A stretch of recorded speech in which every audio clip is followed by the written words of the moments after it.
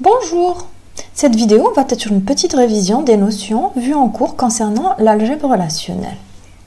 Donc pour rappel, l'algèbre relationnelle est un langage composé d'un ensemble d'opérateurs qu'on pourra appliquer sur des relations pour obtenir de nouvelles relations.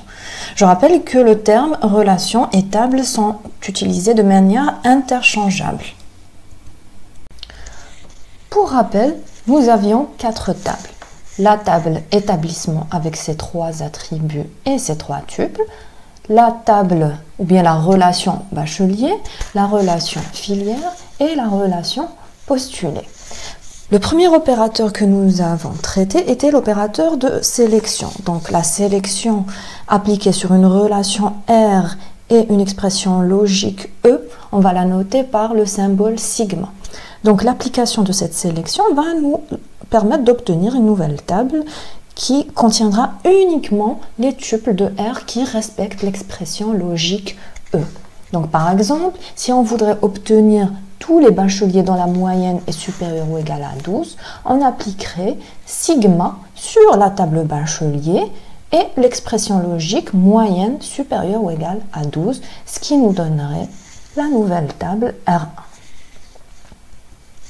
Si on voulait obtenir tous les étudiants dont le prénom est Houda et dont la moyenne est inférieure à 13, donc là on a 2 conditions. Les 2 conditions ou bien les 2 expressions logiques peuvent être reliées pour former une seule expression logique avec l'opérateur et. Donc ça donnerait cette requête et on obtiendrait la nouvelle relation R2 avec un seul tuple parce qu'on a une seule Houda avec une moyenne inférieure à 13. Alors, la sélection nous permettait d'éliminer des tuples qui ne respectent pas une expression logique, donc d'éliminer des lignes.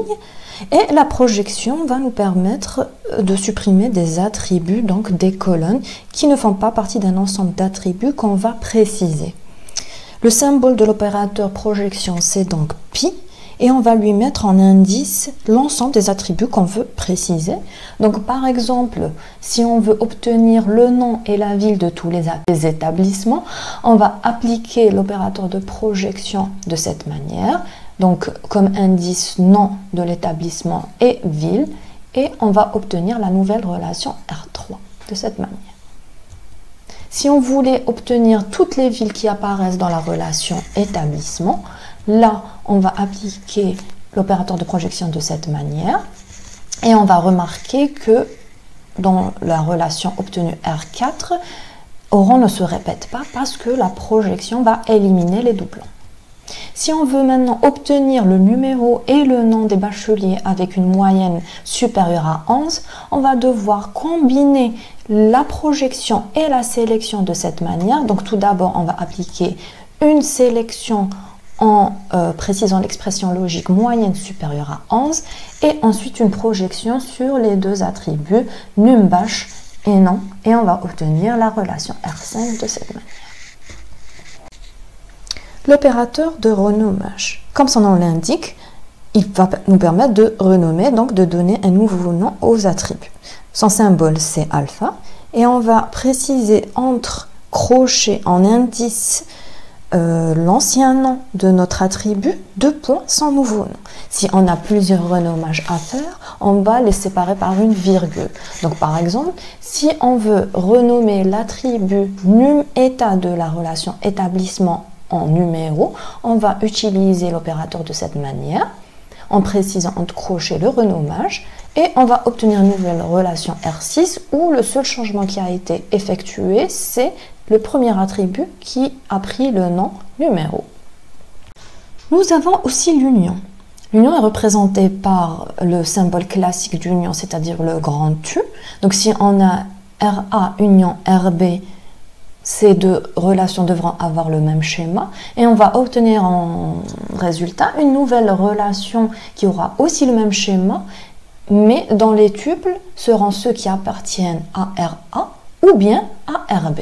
Donc par exemple, si on veut obtenir la liste des villes qui apparaissent dans la relation bachelier ou bien dans la relation établissement, on va tout d'abord appliquer une projection sur bachelier sur l'attribut ville La même chose sur l'attribut ville de établissement. L'union de ces deux relations va nous donner une nouvelle relation R7 qui va contenir toutes les villes qui appartiennent soit à la première projection ou bien à la deuxième projection.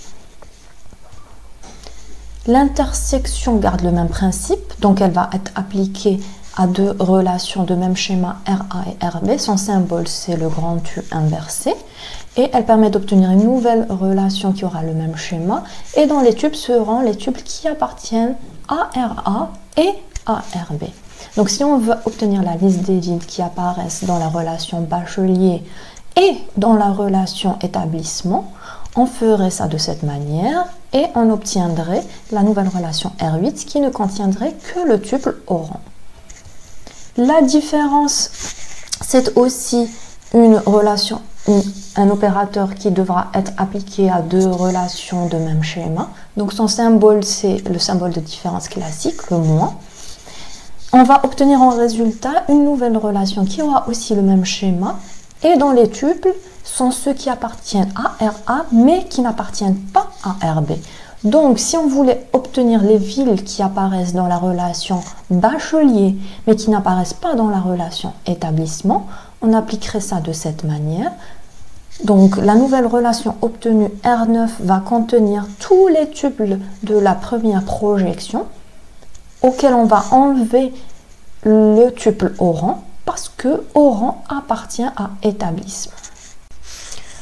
Enfin, le dernier opérateur qu'on a vu en cours est le produit cartésien. Donc le produit cartésien est appliqué à deux relations RA et RB. Donc ton symbole va être la croix, c'est multiplication. RA et RB, par contre, ici, n'ont pas besoin d'avoir le même schéma. En appliquant le produit cartésien, on va obtenir une nouvelle relation dont le schéma sera la concaténation des schémas des deux relations. Donc ça, on va coller le schéma de RA à celui de RB. Donc les attributs vont être ceux de RA plus ceux de RB. Et les tuples du produit cartésien, ça va être toutes les combinaisons possibles des tuples de RA avec tous les tuples de RB. Exemple, si on veut faire le produit cartésien entre la relation bachelier et la relation établissement, on va noter ça comme ça. Donc, pour rappel, la relation bachelier et la relation établissement, vous les avez ici. Donc, la relation R10, son schéma, c'est le suivant. Là, donc de num bach jusqu'à moyenne, on retrouve les attributs de la relation bachelier. De num état jusqu'à établissement ville, on va retrouver les attributs de la relation établissement.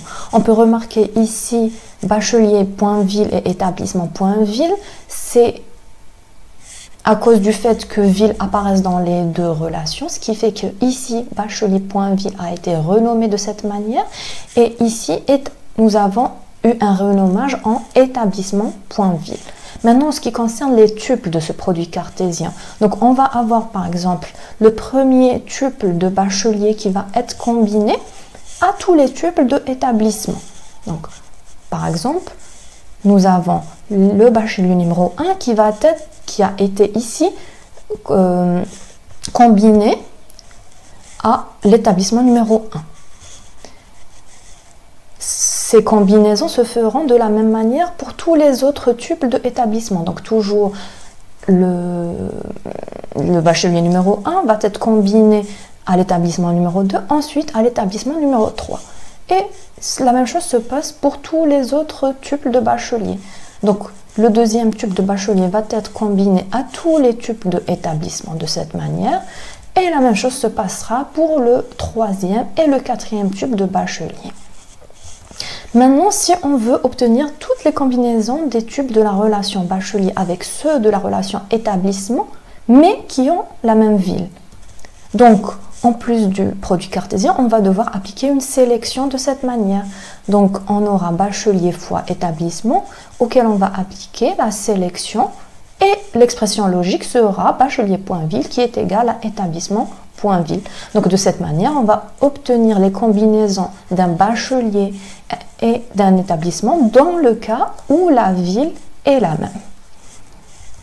Dernier exemple, donc cet exemple on ne l'avait pas encore vu en cours. Donc ici on a le produit cartésien entre la table bachelier et la table postulée. Donc ce produit cartésien, son schéma, cet attribut, donc de num bâche jusqu'à moyenne, c'est ce qui appartenait à la table bachelier, et de cet attribut num bâche jusqu'à filière, c'est ce qui appartenait à la table postulée. Donc là, on voit le renommage de num bâche ici en postulé.numbâche et ici en bachelier.numbâche, étant donné que les deux tables possèdent l'attribut commun numbâche. Donc la relation commence à gauche et se termine à droite. En fait, les deux tableaux ici forment en principe une et une seule relation.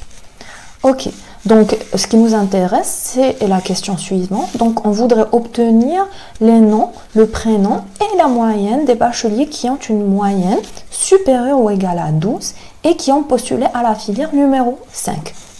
Donc ici, la première condition qu'on est en train de poser, c'est une moyenne supérieure ou égale à 12.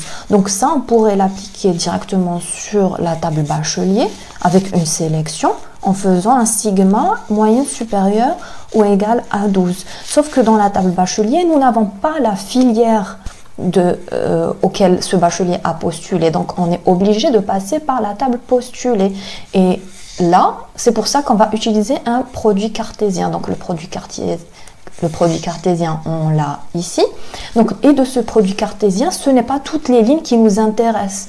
Ça sera juste les lignes qui vont relier un tuple de bachelier avec un tuple de postulé uniquement lorsque le num bâche sera égal. Par exemple, cette première ligne, elle est en train de relier le bachelier numéro 1 avec un tuple de postulé qui concerne aussi le bachelier numéro 1. Donc ici, ça voudra dire que le bachelier numéro 1 qui s'appelle Bel'id Houda a postulé pour la filière numéro 1. Par contre, cette ligne-là qui relie le tuple numéro 1 de bachelier avec le tuple de postulé où num bâche est égal à 2 n'apporte aucune information en ce qui concerne cette question, donc ne nous intéresse pas tellement. Parce que ça dira que le bachelier numéro 1 est lié au bachelier numéro 2. Ça ne nous apporte rien comme information intéressante. Donc, on a la première condition sur la moyenne.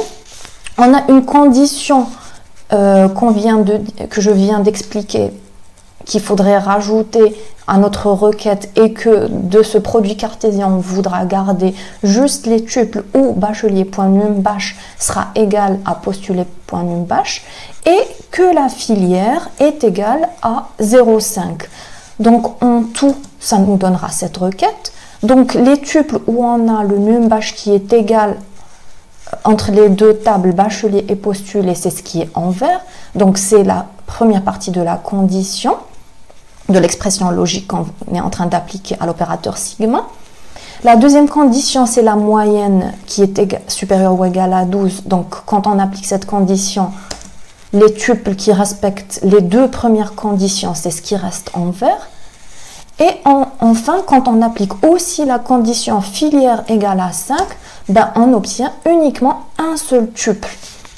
Donc, à partir de tout ce produit cartésien, finalement, les bacheliers qui ont une moyenne supérieure à 12, supérieure ou égale à 12 et qui ont postulé à la filière numéro 5, ça sera ceux qui seront représentés ici.